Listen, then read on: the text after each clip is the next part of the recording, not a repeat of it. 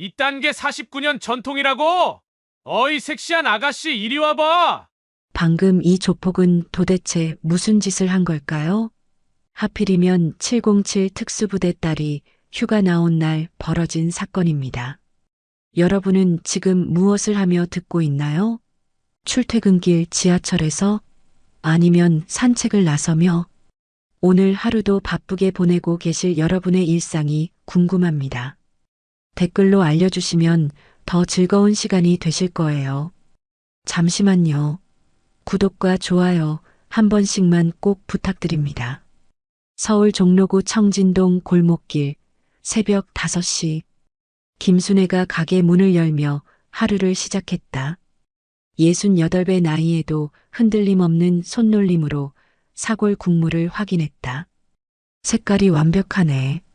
49년간 단 하루도 거르지 않은 아침 의식이었다. 어머니, 벌써 일어나셨어요? 뒤에서 들린 목소리에 순애가 돌아봤다. 28살 딸 김아윤이 단정한 평상복 차림으로 나타났다. 너는 왜 이렇게 일찍? 습관이에요. 하윤이 자연스럽게 앞치마를 둘렀다. 그녀의 움직임은 빠르고 정확했다. 순애는 딸의 변화를 느꼈다. 10년 전 입대할 때의 어린 소녀가 아니었다. 하윤아, 내가 있는 부대가 특수부대라고 했지? 네. 위험한 일 많이 하니? 하윤이 잠깐 망설였다. 특별한 훈련을 받긴 해요. 어떤 훈련? 격투술이나 위기 상황 대처법 같은 거요. 순애가 걱정스러운 표정을 지었다. 딸이 그런 걸 배워야 한다니. 세상이 험해서 필요해요. 하윤이 설거지를 시작하며 말했다. 특히 여자들은 더 조심해야 하잖아요. 순애는 무언가 더 묻고 싶었지만 참았다. 딸이 자세히 말하기 싫어하는 것 같았다. 새벽 6시 첫 번째 단골 손님인 택시기사 박종수가 들어왔다. 사장님, 하윤이 언제 왔어? 어제 저녁이에요, 아저씨. 얼마나 쉬어? 일주일이요. 박종수가 하윤을 유심히 봤다.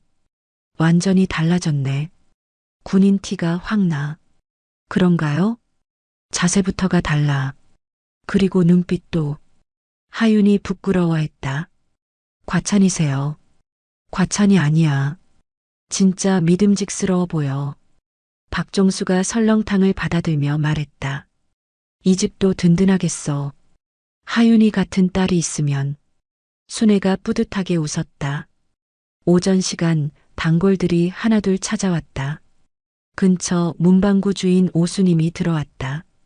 하윤아, 정말 멋있어졌네. 고맙습니다, 이모. 군대에서 뭘 배웠길래 이렇게 당당해졌어?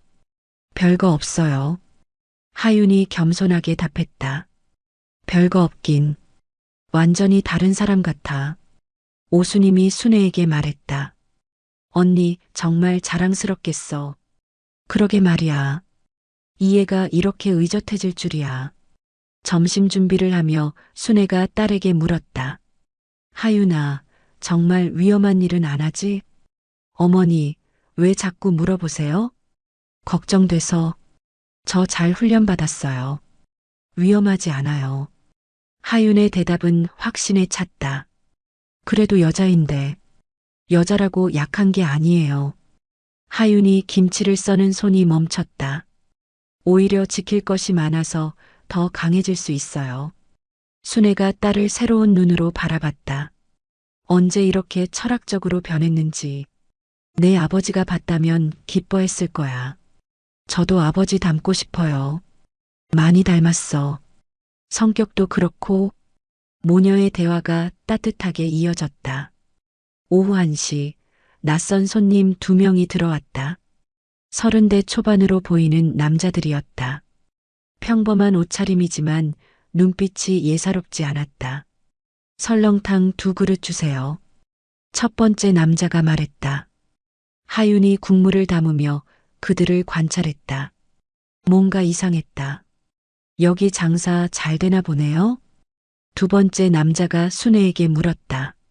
그냥저냥요. 49년이면 대단하네요. 힘들지 않으세요? 힘든 게 어디 있어요? 순애가 경계하며 답했다. 하윤이 설렁탕을 내오며 끼어들었다. 왜 궁금해하시죠? 아, 그냥요. 이런 오래된 가게 보면 신기해서. 첫 번째 남자가 어색하게 웃었다.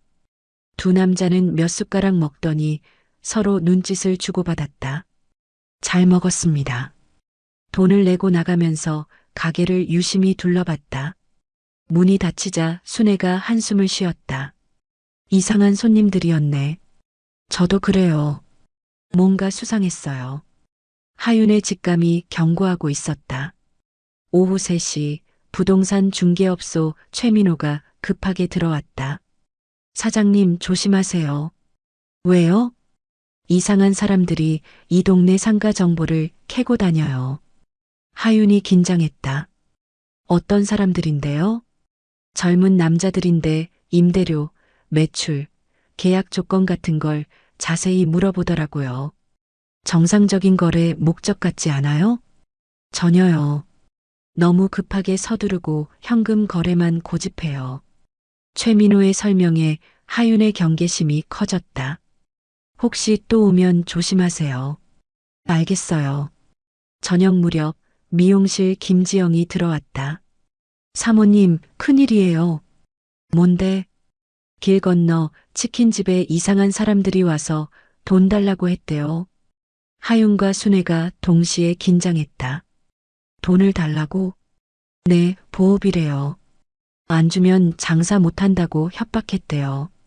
그래서 어떻게 됐어? 사장님이 거절했더니 가게를 엉망으로 만들고 갔대요. 하윤의 주먹이 서서히 쥐어졌다. 사장님은 어떻게 되셨어요? 병원에 가셨대요. 많이 다치지는 않았지만 충격을 받으셨나 봐요. 김지영의 말에 가게 안 분위기가 무거워졌다. 이제 우리 차례인가? 순애가 떨리는 목소리로 물었다. 모르겠어요. 하지만 대비는 해야겠어요. 하윤이 냉정하게 판단했다. 어떻게? 일단 경찰서에 상황을 알려둘게요. 하윤이 결심을 굳혔다. 그리고 제가 여기 더 자주 올게요. 너는 부대 일이 있잖아. 휴가 연장 신청할 수 있어요. 하윤의 목소리에는 강한 의지가 담겨 있었다.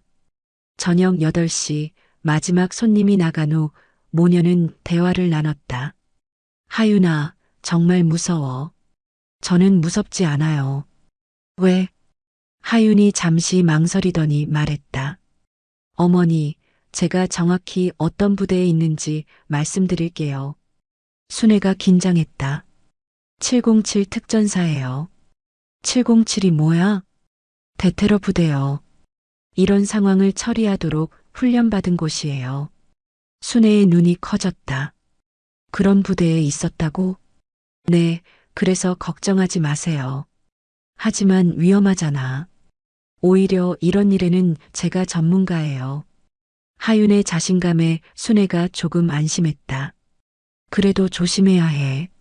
물론이에요. 하지만 어머니와 이 집은 제가 지킬게요. 하윤의 다짐이 가게에 울려 퍼졌다. 다음 날 오후 2시 예상했던 일이 벌어졌다. 검은색 승용차 한 대가 가게 앞에 서더니 5명의 남자가 내렸다. 어제 왔던 2명과 새로운 얼굴들이었다. 맨 앞에 40대 남자가 박도철이었다. 이 일대를 관할하는 조직의 행동대장이었다. 하루 생각해봤지? 인사도 없이 박도철이 말했다. 무슨 말씀이신지. 하윤이 차분하게 응답했다. 모르는 척하지 마. 우리가 어제 왔잖아. 아, 그분들 동료시군요. 동료가 아니라 형님이야. 박도철이 거만하게 말했다. 이 구역은 우리가 관리한다. 관리요? 그래. 안전하게 장사하려면 협조해야 해.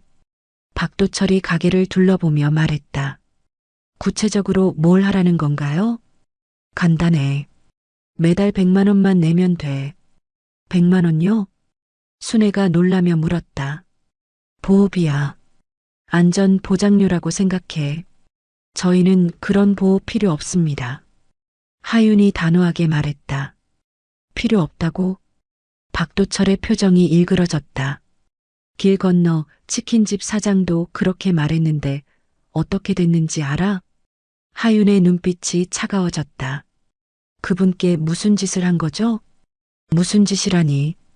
그냥 정리 좀 해줬지. 박도철이 냉소적으로 웃었다. 똑똑한 사람은 미리 준비하는 법이야. 부하 중 하나가 진열된 그릇을 건드렸다. 이런 예쁜 그릇들이 다 깨지면 아깝잖아. 손대지 마세요. 순애가 외쳤다. 왜? 우리 돈 내면 안전하게 지켜줄 텐데. 박도철이 협박했다. 하윤이 앞으로 나섰다. 지금 당장 나가주세요. 뭐라고? 나가시라고요. 하윤의 목소리에 군인 특유의 위압감이 배어났다. 이 계집애가 정말. 박도철이 화를 내려던 순간 부하가 실수인 듯 그릇을 바닥에 떨어뜨렸다. 쨍그랑. 아, 미안. 실수했네. 가짜 사과였다. 하윤의 눈에서 위험한 빛이 번뜩였다. 이제 알겠지? 소중한 것들이 얼마나 쉽게 부서지는지. 박도철이 만족스럽게 웃었다. 하루만 더 생각해봐. 내일 답 들으러 올게. 만약 거절하면? 거절? 박도철이 비웃었다. 그럼 더 많은 것들이 부서질 거야. 협박을 남기고 그들이 나갔다. 문이 닫히자 하윤이 깨진 그릇을 주워 모았다. 어머니, 괜찮으세요? 무서워, 하윤아. 제가 지켜드릴게요. 하윤의 다짐에는 흔들림이 없었다. 그날 밤 하윤은 부대 동기에게 전화를 걸었다. 여보세요, 민수야? 하윤아. 무슨 일이야? 이민수는 하윤과 함께 707에 입대한 동기였다. 급한 일이 생겼어. 도움이 필요해. 뭔데? 말해봐. 하윤이 상황을 설명했다. 조폭들이 우리 가게를 협박하고 있어. 뭐? 그런 놈들이? 민수의 목소리가 격해졌다. 혼자 해결하기엔 좀 복잡해. 당연히 도와줘야지. 언제 필요해? 내일 오후쯤. 알겠어. 지훈이랑 상민이도 부를게. 이지훈과 박상민도 같은 기수 동기들이었다. 고마워. 뭘? 우리가 뭐하러 있어? 다음 날 아침 하윤은 어머니에게 말했다. 어머니, 오늘 제 동료들이 와요. 동료들? 네, 같은 부대 친구들이요. 왜? 혹시 모르니까. 순애가 걱정했다. 위험한 일 벌이려고? 아니에요. 그냥 만약을 대비해서요. 오전 10시 첫 번째 동료가 도착했다. 이민수였다. 29살 하윤보다 1살 많았다. 하윤아. 민수야, 고마워. 뭘? 당연한 거지. 민수가 순애에게 정중히 인사했다. 안녕하세요, 어머니. 하윤이랑 같은 부대에서 근무하는 이민수입니다. 어서 와요. 고생 많이 하시네요. 하윤이가 효녀예요. 항상 어머니 자랑만 하거든요. 순애가 뿌듯해했다. 곧이어 이지훈과 박상민도 도착했다. 지훈은 28살, 상민은 30살이었다. 상황이 뭐야? 지훈이 물었다. 하윤이 자세히 설명했다. 전형적인 보호비 갈취네. 상민이 분석했다. 우두머리는 몇 명 정도 데리고 올 것 같아? 어제는 5명이었어. 오늘은 더 많이 올 거야. 거절당했으니까. 지훈이 예상했다. 우리가 어떻게 도와줄까? 민수가 물었다. 직접 나서지는 말고 상황을 지켜봐줘. 하윤이 신중하게 말했다. 만약 위험해지면 그때 개입하자. 알겠어. 3명이 동시에 대답했다. 점심시간 4명은 전략을 세웠다. 일단 증거부터 확보하자. 상민이 제안했다. 녹화는 내가 할게. 지훈이 카메라를 준비했다. 경찰 신고는 언제? 민수가 물었다. 상대방이 먼저 폭력을 사용한 후에 하윤이 계획을 설명했다. 정당방위가 성립해야 하니까. 동료들이 고개를 끄덕였다. 오후 1시 작전 배치가 완료됐다. 민수는 가게 밖에서 경계, 지우는 녹화 담당, 상민은 비상연락 담당이었다. 하윤은 평소처럼 가게에서 어머니를 도왔다. 하윤아, 정말 괜찮을까? 순애가 불안해했다. 네, 어머니. 저희가 전문가들이에요. 그래도 무서워. 저 믿으세요. 하윤의 확신에 찬 목소리가 순애를 안심시켰다. 오후 2시 40분 예상대로 검은 승용차가 나타났다. 이번에는 2대였다.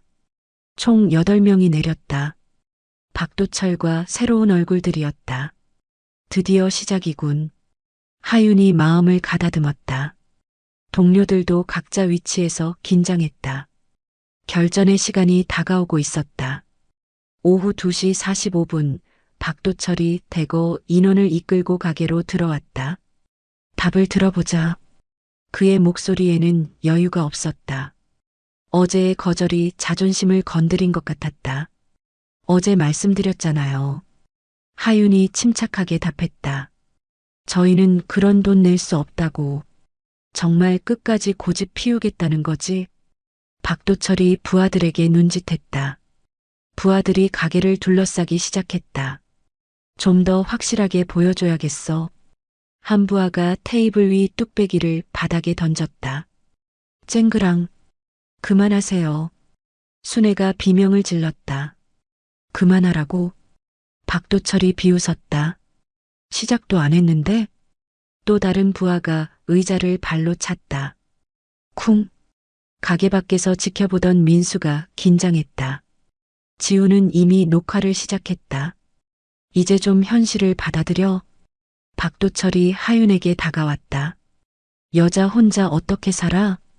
그가 하윤의 어깨에 손을 올리려던 순간이었다. 하윤의 몸이 번개처럼 움직였다.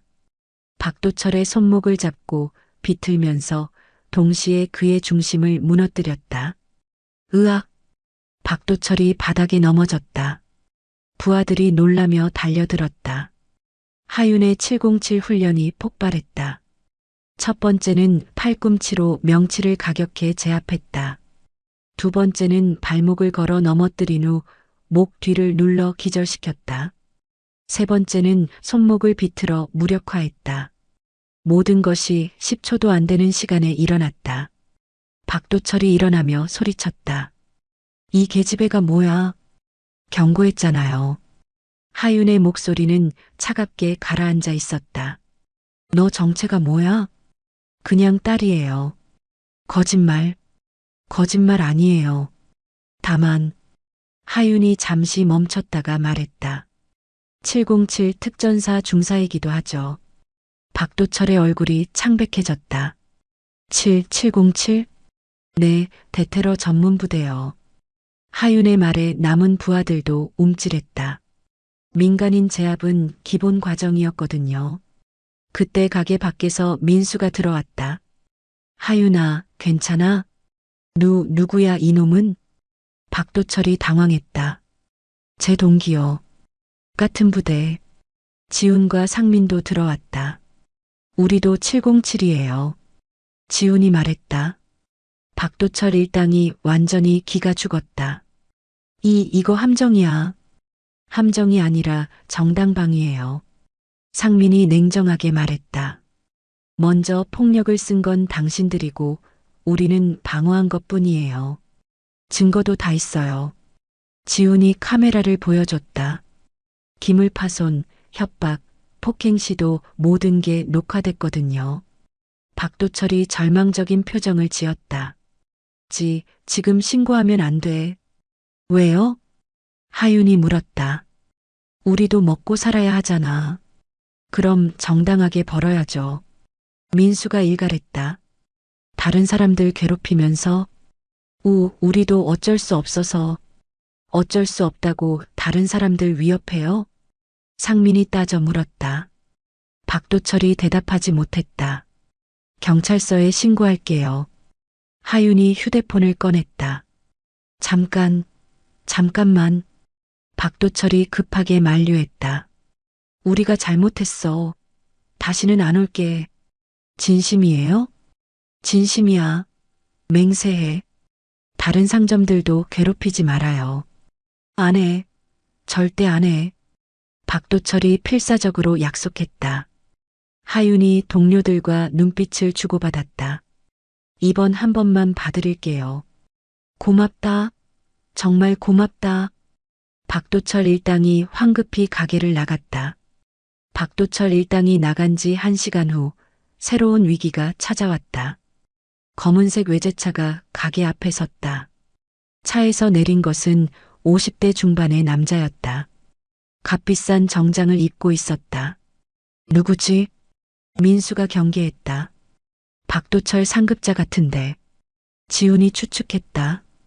그 남자가 가게로 들어왔다. 뒤따라 체격이 좋은 부하 4명이 들어왔다. 여기가 우리 도철이를 패준 곳이군. 남자의 목소리는 낮고 위협적이었다. 여기가 우리 도철이를 패준 곳이군.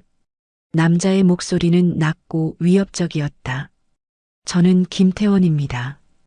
이 일대 총책임자죠. 그가 하윤을 쳐다봤다. 내가 707이라는 계집애구나. 존댓말 써주세요. 하윤이 차갑게 말했다. 존댓말? 김태원이 비웃었다. 우리 조직원을 때려놓고 존댓말을 봐라. 먼저 시비를 건 건 그쪽이잖아요. 민수가 끼어들었다. 내 놈은 누구냐? 같은 부대 동료입니다. 동료들까지 불러놨구나. 김태원이 주변을 둘러봤다. 똑똑하긴 하네. 그가 부하들에게 눈짓했다. 하지만 세상이 그렇게 만만하지 않아. 부하들이 하윤과 동료들을 포위했다. 이번에는 분위기가 달랐다. 도철이는 새파란 애송이지만 나는 달라. 김태원이 협박했다. 30년을 이 바닥에서 살았거든. 그게 자랑인가요? 상민이 비꼬았다. 자랑? 김태원의 눈이 위험하게 번뜩였다. 현실이야, 현실. 그가 손목에 찬 비싼 시계를 보였다. 이게 다 이런 일로 번 돈이야. 다른 사람들 고통으로 번 돈이군요. 지훈이 혐오감을 드러냈다. 고통? 김태원이 웃었다. 세상은 약육강식이야. 강한 놈이 살아남는 거지. 잘못된 생각이에요.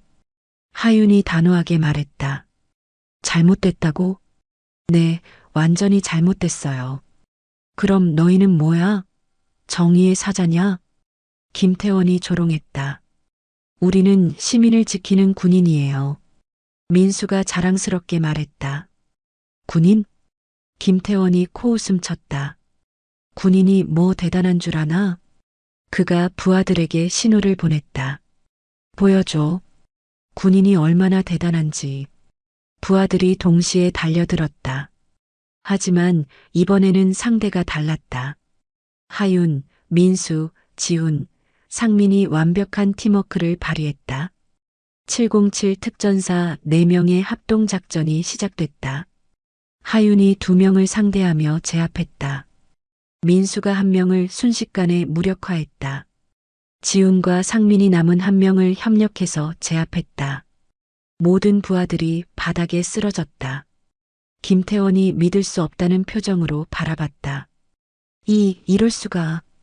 이제 믿으시겠어요? 하윤이 다가가며 말했다. 우리가 그냥 군인이 아니라는 걸. 너희들. 김태원이 뒷걸음쳤다. 707 특전사는 이 정도가 기본이에요. 상민이 설명했다. 대테러 훈련을 받은 사람들이거든요. 김태원의 얼굴이 창백해졌다. 이제 선택하세요. 지훈이 차분하게 말했다. 조용히 물러갈 건가요? 아니면 경찰서 신세를 질 건가요? 김태원이 주저했다. 우리도 먹고 살아야. 그럼 정당한 방법으로 하세요. 민수가 단호하게 말했다. 다른 사람들 괴롭히지 말고. 김태원이 한숨을 쉬었다. 알겠다. 우리가 졌어. 현명한 판단이세요. 하윤이 고개를 끄덕였다. 다시는 이 동네에 오지 마세요. 약속한다. 김태원이 부하들을 일으켜 세우며 말했다. 우리가 물러날게. 그들이 나가면서 김태원이 마지막으로 말했다. 너희들 정말 대단하다. 인정한다. 고맙습니다. 하윤이 정중하게 답했다. 김태원 일당까지 물러간 후 가게에는 평화가 찾아왔다. 정말 끝난 거야? 순애가 믿을 수 없다는 표정으로 물었다. 네, 어머니. 이제 완전히 끝났어요. 하윤이 확신했다. 상급자까지 포기했으니까 더 이상은 없을 거예요. 동료들이 깨진 그릇들을 치우며 말했다. 하윤아, 정말 수고했어.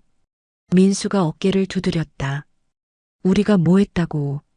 너 혼자서도 충분했을 텐데. 혼자였으면 힘들었을 거야. 하윤이 고마워했다.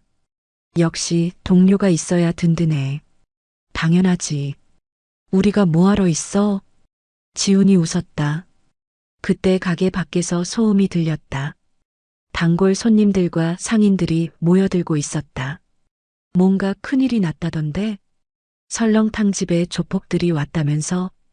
하윤이가 혼자 다 해결했다는데 정말이야? 소문이 빠르게 퍼진 것 같았다. 택시기사 박종수가 먼저 들어왔다. 사장님, 괜찮으세요? 네, 괜찮아요. 하윤이는? 저도 괜찮아요, 아저씨. 정말 조폭들을 혼자 물리쳤다는 게 사실이야? 박종수가 믿기 힘들다는 표정을 지었다. 혼자가 아니에요. 하윤이 동료들을 가리켰다. 동료들이 도와줬어요. 어머, 이분들이 군인이신가? 네, 같은 부대예요. 민수가 인사했다. 안녕하세요. 고생 많으셨어요. 박종수가 깍듯이 인사했다. 곧이어 다른 상인들도 들어왔다. 부동산 중개업소의 최민호, 문방구의 오수님, 미용실의 김지영까지. 정말 고마워요. 덕분에 우리도 살았어요.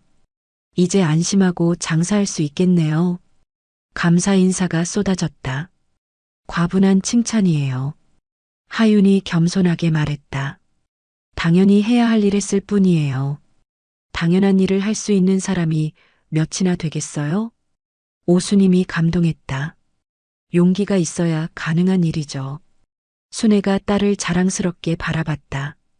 우리 하윤이가 이렇게 의젓한 줄 몰랐어요. 어머니께서 잘 키우셨네요. 최민호가 칭찬했다. 아니에요. 이 애가 혼자 컸어요. 그래도 어머니 영향이 클 거예요. 김지영이 말했다. 이런 따뜻한 집에서 자란 덕분이겠죠. 동료들도 순애에게 인사했다. 어머니, 저희도 인사드려요. 상민이 정중하게 말했다. 하윤이 덕분에 좋은 경험을 했습니다. 무슨 말씀이에요? 고생만 시켰는데. 아니에요. 정의로운 일에 참여할 수 있어서 뿌듯해요. 지훈이 진심으로 말했다. 하윤이는 저희 부대의 자랑이에요. 민수가 덧붙였다. 실력도 뛰어나고 성격도 좋거든요. 순애의 눈가가 촉촉해졌다. 고마워요. 우리 딸 잘 봐주셔서 저희가 더 고맙죠. 저녁이 되자 상인들이 감사의 뜻으로 작은 파티를 열어줬다. 가게 앞 골목에 테이블을 내고 음식을 준비했다. 오늘은 우리의 영웅들을 위해 건배. 박종수가 소주잔을 들었다. 건배. 모든 사람들이 잔을 부딪혔다. 하윤과 동료들은 감동했다. 이런 분위기 정말 오랜만이네. 상민이 웃었다. 부대에서는 느낄 수 없는 따뜻함이야. 지훈이 공감했다. 역시 민간인들을 지키는 보람이 있어. 민수가 뿌듯해했다. 하윤은 어머니의 손을 잡았다. 어머니, 무서웠죠? 처음에는 무서웠는데 내가 있어서 든든했어. 앞으로는 이런 일 없을 거예요. 그래, 우리 딸이 지켜줄 테니까. 순애가 자랑스럽게 웃었다. 밤늦게까지 이어진 파티는 정말 따뜻했다. 다음 날 오전 동료들이 부대로 돌아갈 시간이 됐다. 정말 고마웠어. 하윤이 진심으로 말했다. 뭘? 당연한 거지. 민수가 어깨를 두드렸다. 힘든 일 있으면 언제든 연락해. 너도 몸 조심해. 지훈이 당부했다. 저녁하면 가끔 놀러와. 상민이 웃었다. 물론이지. 이 집 설렁탕 정말 맛있더라. 어머니, 안녕히 계세요. 동료들이 순애에게 인사했다. 고생 많으셨어요. 몸 조심하세요. 순애가 눈물을 글썽이며 말했다. 우리 딸 잘 부탁해요. 걱정 마세요. 하윤이는 혼자서도 잘해요. 민수가 웃으며 답했다. 동료들이 떠난 후 하윤은 평소대로 어머니를 도왔다. 하윤아, 친구들 정말 좋더라. 네, 저도 좋은 동료들 만나서 행운이에요. 내가 그런 동료들한테 인정받는다는 게 자랑스러워. 순애가 뿌듯해했다. 점심시간이 되자 평소보다 더 많은 손님들이 찾아왔다. 소문을 들은 사람들이 구경 삼아 온 것 같았다. 여기가 그 유명한 설렁탕집이에요? 조폭들을 물리친 딸이 있는 집 맞죠? 정말 특전사세요? 호기심 어린 질문들이 쏟아졌다. 하윤은 겸손하게 대답했다. 별일 아니에요. 과장된 것 같아요. 과장이 아니에요. 정말 멋있어요. 젊은 여성 손님이 감탄했다. 저도 딸이 있는데 하윤 씨 같았으면 좋겠어요. 중년 남성이 말했다. 과찬이세요. 하윤이 부끄러워했다. 오후에는 지역 신문 기자가 찾아왔다. 인터뷰 좀 할 수 있을까요? 인터뷰요? 네, 지역 주민들이 관심이 많아서요. 하윤이 망설였다. 꼭 해야 하나요? 의무는 아니지만 좋은 영향을 줄 수 있을 것 같아서요.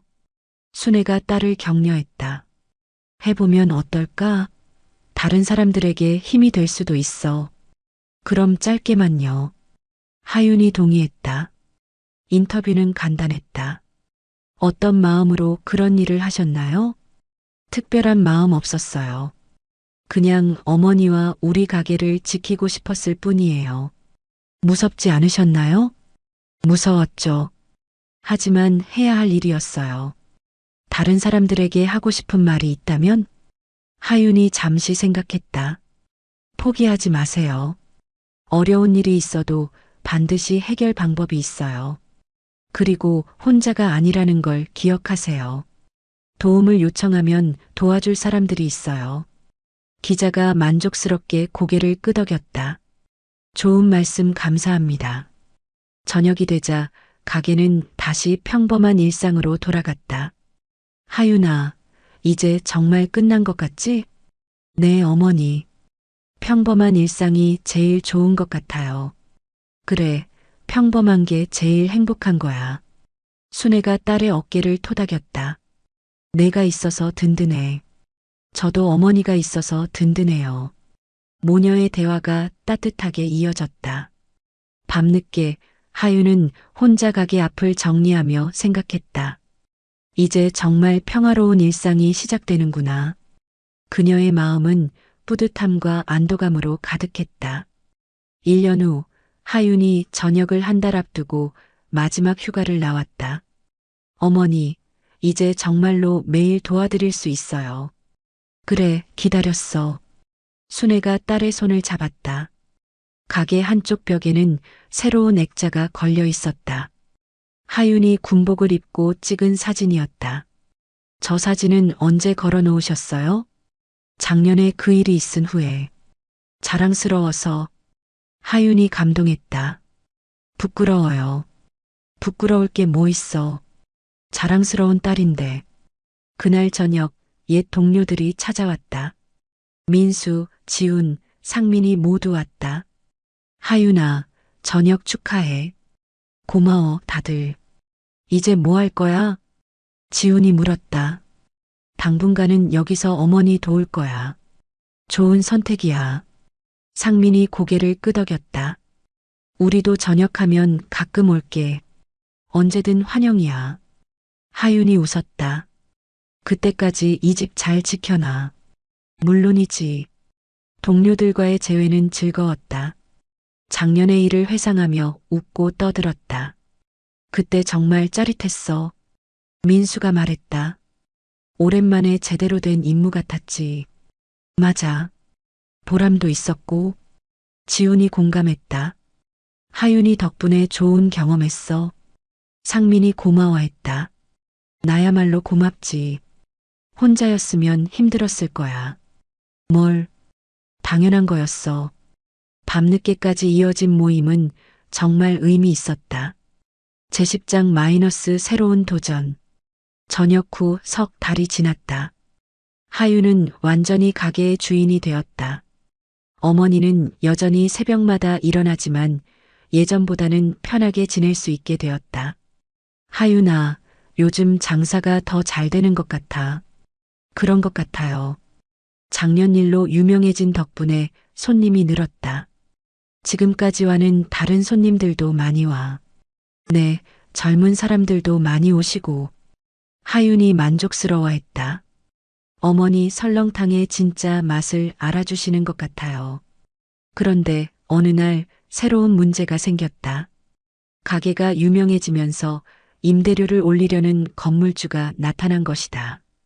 임대료를 2배로 올린다고요? 하윤이 놀랐다. 네, 이 정도 유명한 가게면 감당할 수 있을 거라고 하네요. 순애가 걱정스럽게 말했다. 그럼 어떻게 해요? 모르겠어. 2배는 너무 부담스러워. 하윤이 생각에 잠겼다. 뭔가 방법이 있을 텐데. 그날 저녁 단골 손님들이 모였다. 박종수, 오수님, 최민호, 김지영까지. 이런 말도 안 되는 일이 어디 있어요? 박종수가 분개했다. 유명해졌다고 임대료를 2배로 올리다니. 그럼 우리가 뭔가 할 수 있는 방법 없을까요? 오수님이 제안했다. 서명운동이라도 해서. 좋은 생각이에요. 최민호가 동조했다. 저도 부동산업계에 아는 사람들이 있으니까 도와드릴게요. 정말요? 하윤이 고마워했다. 일주일 후 놀라운 일이 벌어졌다. 동네 주민들이 모금을 해서 보증금을 마련해 준 것이다. 이게 뭐예요? 하윤이 믿을 수 없었다. 우리가 모은 돈이야. 박종수가 자랑스럽게 말했다. 하윤이가 우리를 지켜줬으니까 이제 우리가 하윤이를 지켜줄 차례지. 정말 감사해요. 순애가 눈물을 흘렸다. 이렇게까지 해주시다니. 당연한 거예요. 김지영이 말했다. 이 집은 우리 동네의 자랑이거든요. 결국 건물주도 마음을 바꿨다. 주민들의 뜻을 무시할 수 없었던 것이다. 임대료는 기존대로 유지하겠습니다. 정말요? 네, 대신 계약을 10년으로 늘려주세요. 물론이죠. 하윤이 기뻐했다. 또 다른 위기가 해결된 것이다. 임대 문제가 해결된 후 하윤에게는 새로운 꿈이 생겼다. 어머니, 가게를 좀 더 크게 해보면 어떨까요? 더 크게? 네, 옆 가게가 비어 있잖아요. 순애가 생각해봤다. 그런데 돈이 많이 들 텐데. 저축한 돈도 있고 은행 대출도 받을 수 있어요. 하윤이 계획을 설명했다. 손님도 늘었으니까 공간이 더 필요할 것 같아요. 그럼 해보자. 순애가 동의했다. 내 아버지도 가게 키우는 걸 꿈꿔했거든. 공사는 1달 정도 걸렸다. 그동안 단골 손님들이 많은 도움을 줬다. 뭐든 도울 일 있으면 말해. 박종수가 적극적이었다. 저희가 할 수 있는 건 뭐든 해드릴게요. 상인들도 마찬가지였다. 새로 단장한 가게는 정말 멋있었다. 좌석이 2배로 늘어났고 주방도 더 넓어졌다. 와, 완전히 새로워졌네. 첫날 손님들이 감탄했다. 그런데 맛은 그대로겠죠? 물론이에요. 하윤이 자신 있게 답했다. 어머니 비법은 변하지 않아요. 새로운 가게의 첫날은 대성공이었다. 손님들이 줄을 서서 기다릴 정도였다. 정말 뿌듯하네. 순애가 흐뭇해했다. 내 아버지가 봤다면 얼마나 기뻐했을까. 분명 기뻐하실 거예요. 하윤이 확신했다. 저녁이 되어 가게를 정리하며 모녀는 대화를 나눴다. 하윤아, 내가 전역해서 정말 다행이야. 저도 그래요. 이제 진짜 함께 할 수 있어서. 앞으로 어떻게 할 거야? 이 가게를 더 유명하게 만들고 싶어요. 하윤의 눈에 야망이 번뜩였다. 서울에서 제일 맛있는 설렁탕집으로. 그래, 해보자. 순애가 딸을 격려했다. 가게 확장 후 몇 달이 지나면서 새로운 문제들이 생겼다. 손님이 너무 많아져서 대기 시간이 길어진 것이다. 어떻게 하면 좋을까? 하윤이 고민했다. 직원을 더 뽑아야 할까? 그러면 인건비가 부담될 텐데. 순애가 걱정했다. 일단 한 명만 뽑아보자. 하윤이 결정했다. 며칠 후 25살의 젊은 여성이 지원했다. 안녕하세요, 이소영입니다. 요리 경험이 있으세요? 네, 다른 한식당에서 2년 일했어요. 소영은 성실하고 밝은 성격이었다. 잘 부탁해요. 열심히 하겠습니다. 소영이 들어온 후 가게 운영이 한결 수월해졌다. 언니 정말 대단해요. 소영이 하윤을 존경했다. 특전사 출신이라니 정말 멋있어요. 별거 아니에요. 하윤이 겸손했다. 언니 덕분에 이렇게 좋은 곳에서 일할 수 있어서 감사해요.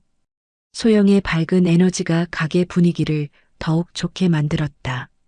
손님들도 소영을 좋아했다. 새로운 분 정말 친절하네요. 네, 좋은 분이에요. 하윤이 뿌듯했다. 어느 날 예상치 못한 손님이 찾아왔다. 하윤의 옛 부대 상관이었던 중령이었다. 하윤아. 중령님. 하윤이 놀라며 격려했다. 저녁 후 어떻게 지내나 보러 왔어. 감사합니다. 소문 들었어. 조폭들 혼내줬다면서? 그런 일이 있었죠. 하윤이 부끄러워했다. 역시 우리 부대 출신이야.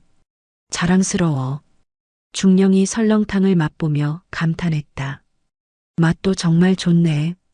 어머니가 만드신 거야? 네. 정말 훌륭해.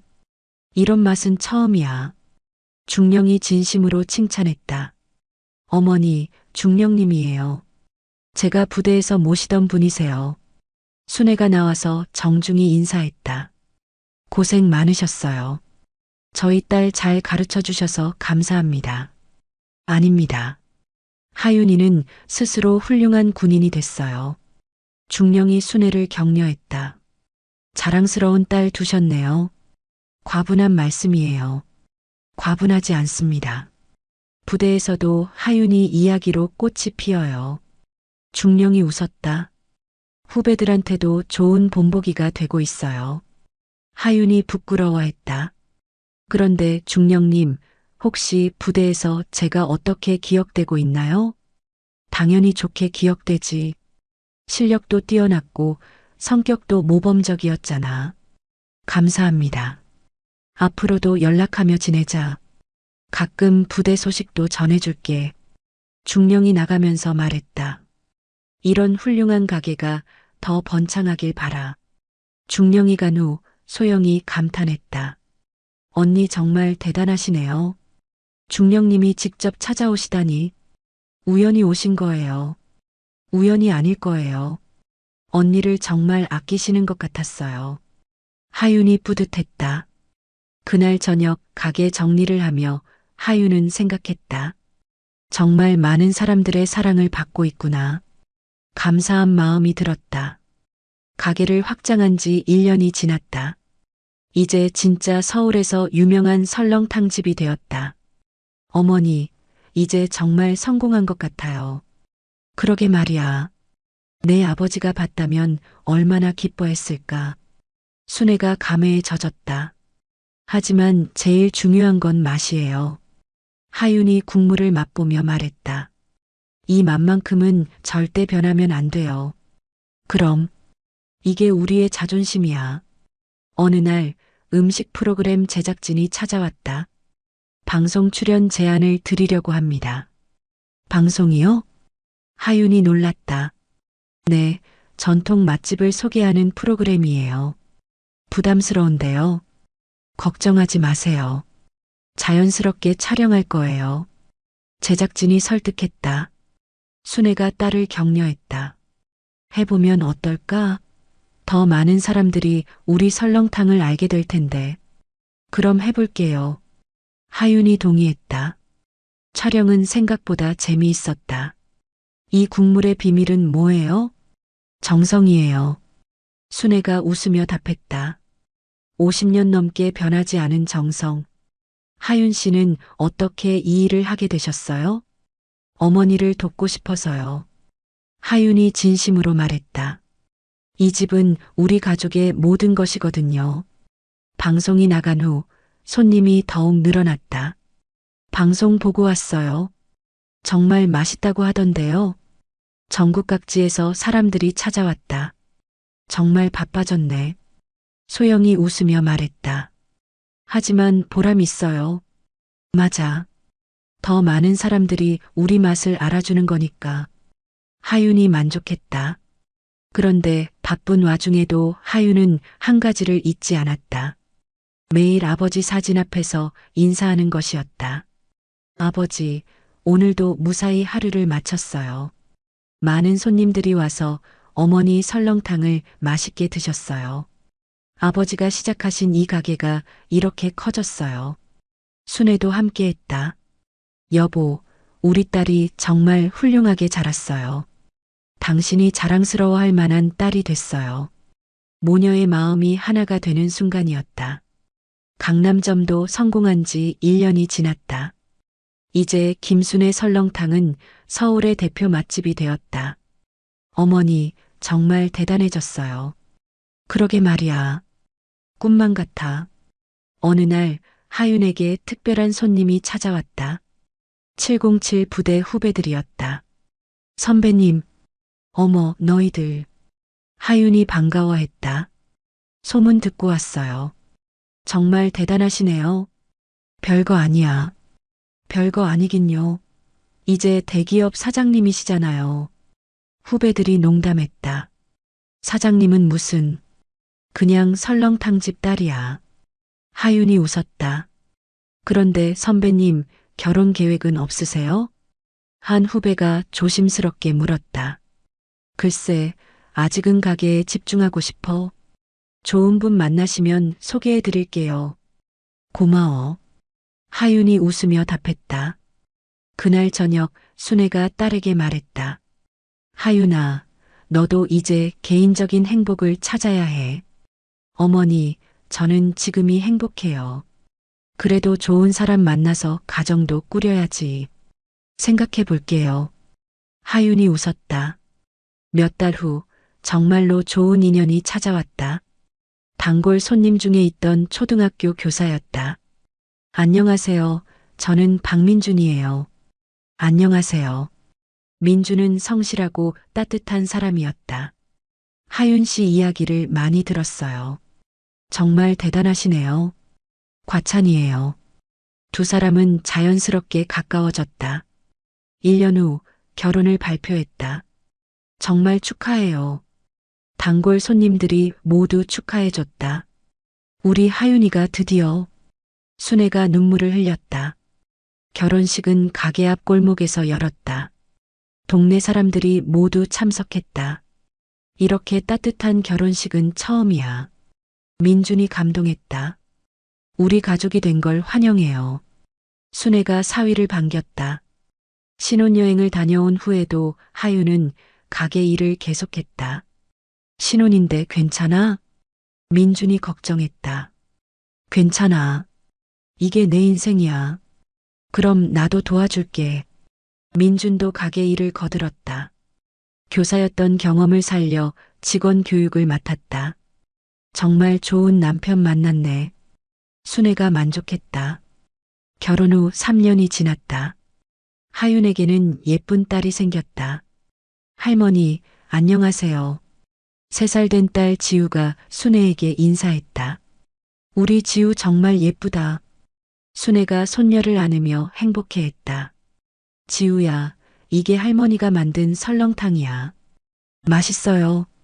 지우가 숟가락으로 국물을 떠먹었다. 우리 지우도 나중에 할머니 설렁탕 만들 거야? 네. 지우가 힘차게 대답했다. 하윤이 딸을 바라보며 웃었다. 이 아이도 언젠가는 이 가게를 물려받겠구나. 55년 전통이 다음 세대로 이어지는 순간이었다.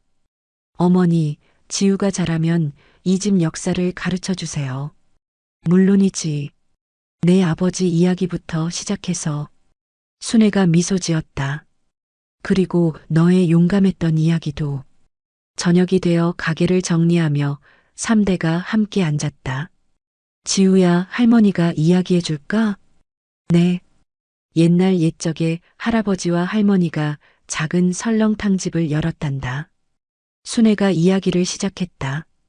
그리고 엄마가 나쁜 사람들로부터 이 집을 지켜냈지. 지우가 눈을 반짝이며 들었다. 엄마가 영웅이에요? 그럼 우리 엄마는 진짜 영웅이야. 순애가 딸을 자랑스럽게 바라봤다. 솥에서 피어오르는 김은 55년의 세월과 함께 앞으로 올 무수한 날들을 품고 있었다. 가족의 사랑과 전통의 맛, 그리고 용기로 지켜낸 소중한 터전이 영원히 이어질 것이었다. 여러분은 이 이야기를 들으시면서 어떤 생각이 드셨나요? 혹시 가족을 위해 용기를 낸 경험이 있으신가요? 아니면 소중한 전통을 지켜낸 이야기가 있으시다면 들려주세요. 때로는 평범한 사람도 특별한 순간에는 영웅이 될 수 있습니다. 오늘도 묵묵히 자신의 자리를 지키며 살아가는 모든 분들께 응원을 보냅니다. 그리고 소중한 것을 지키기 위해 용기를 내는 여러분 모두가 진짜 영웅이라는 걸 잊지 마세요. 앞으로도 여러분의 다양한 사연을 기다리고 있겠습니다. 감동적인 이야기, 따뜻한 추억, 혹은 용기가 필요했던 순간들을 댓글로 들려주세요. 여러분의 이야기가 또 다른 누군가에게는 큰 위로와 힘이 될 수 있으니까요.